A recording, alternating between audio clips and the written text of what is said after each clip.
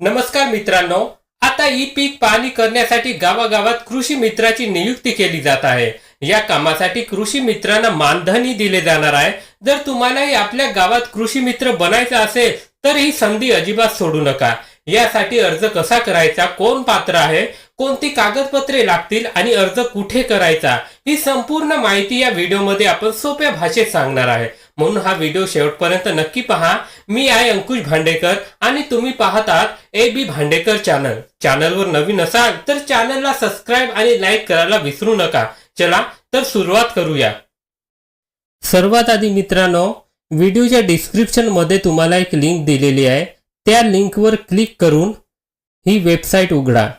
Website उघडल्यानंतर तुम्हाला दिसेल बिकम अ क्रॉप सर्वे असं ऑप्शन दिसेल। त्या ऑप्शनवर क्लिक करा।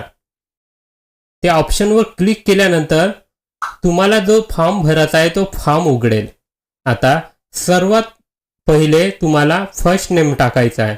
फर्स्ट नेम मध्ये तुमचा पहिलं नाव टाका। त्यानंतर मित्रांनो लास्ट नेम आहे। लास्ट नेम मध्ये तुमचं आडनाव टाका। त्यानंतर मित्रांनो आधार नंबर, जो तुमचा आधार क्रमांक आहे तो आधार आणि त्याच्या साईडला क्लिक करा। साईडला क्लिक केल्यानंतर मित्रांनो तुमचा आधार क्रमांक ज्या मोबाईल सोबत जोडलेला आहे त्या मोबाईलवर OTP येईल। ती OTP टाकून व्हेरीफाय करून घ्या।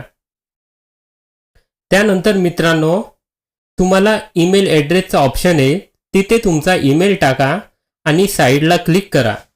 साईडला क्लिक केल्यानंतर तुमच्या ईमेलवर जी OTP येईल ती OTP तिथे टाका आणि व्हेरीफाय करून घ्या। नंतर मित्रांनो तुमचा मोबाईल नंबर टाकायचा आहे। जो तुमचा चालू मोबाईल नंबर आहे तो मोबाईल नंबर टाकून घ्या आणि साईडला क्लिक करा। साईडला क्लिक केल्यानंतर तुमच्या मोबाईलवर एक OTP येईल, ती OTP टाकून व्हेरीफाय करून घ्या।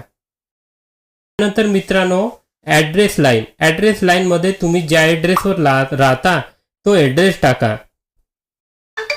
मित्रांनो तुमचा संपूर्ण पत्ता टाकायचा आहे। ॲड्रेस 2 वर नाही भरले तरी चालेल, तो ऑप्शनल आहे, पण ॲड्रेस 1 वर तुमचा संपूर्ण पत्ता हा भरलेला पाहिजे। पिन कोड मध्ये ज्या पिन कोडवर राहता तुमचा पिन कोड काय आहे तो पिन कोड टाका।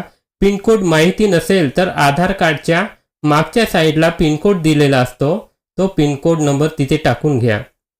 आता मित्रांनो तुमचा स्टेट कोणता आहे, तुम्ही कुठल्या राज्यात राहतात तो राज्य सिलेक्ट करा। नंतर मित्रांनो तुम्ही कुठल्या डिस्ट्रिक्ट मध्ये येता, जिल्हा कोणत्या जिल्ह्यामध्ये येता तो जिल्हा सिलेक्ट करा।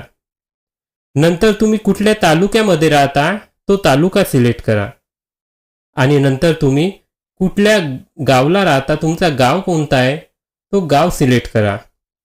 गाव सिलेक्ट केल्यानंतर मित्रांनो तुम्हाला इथे टर्म अँड कंडिशनचा आय हॅव डिक्लेअर दॅट असं ऑप्शन दिसेल खाली, तिथे टिक करा आणि रजिस्टर मी वर क्लिक करा।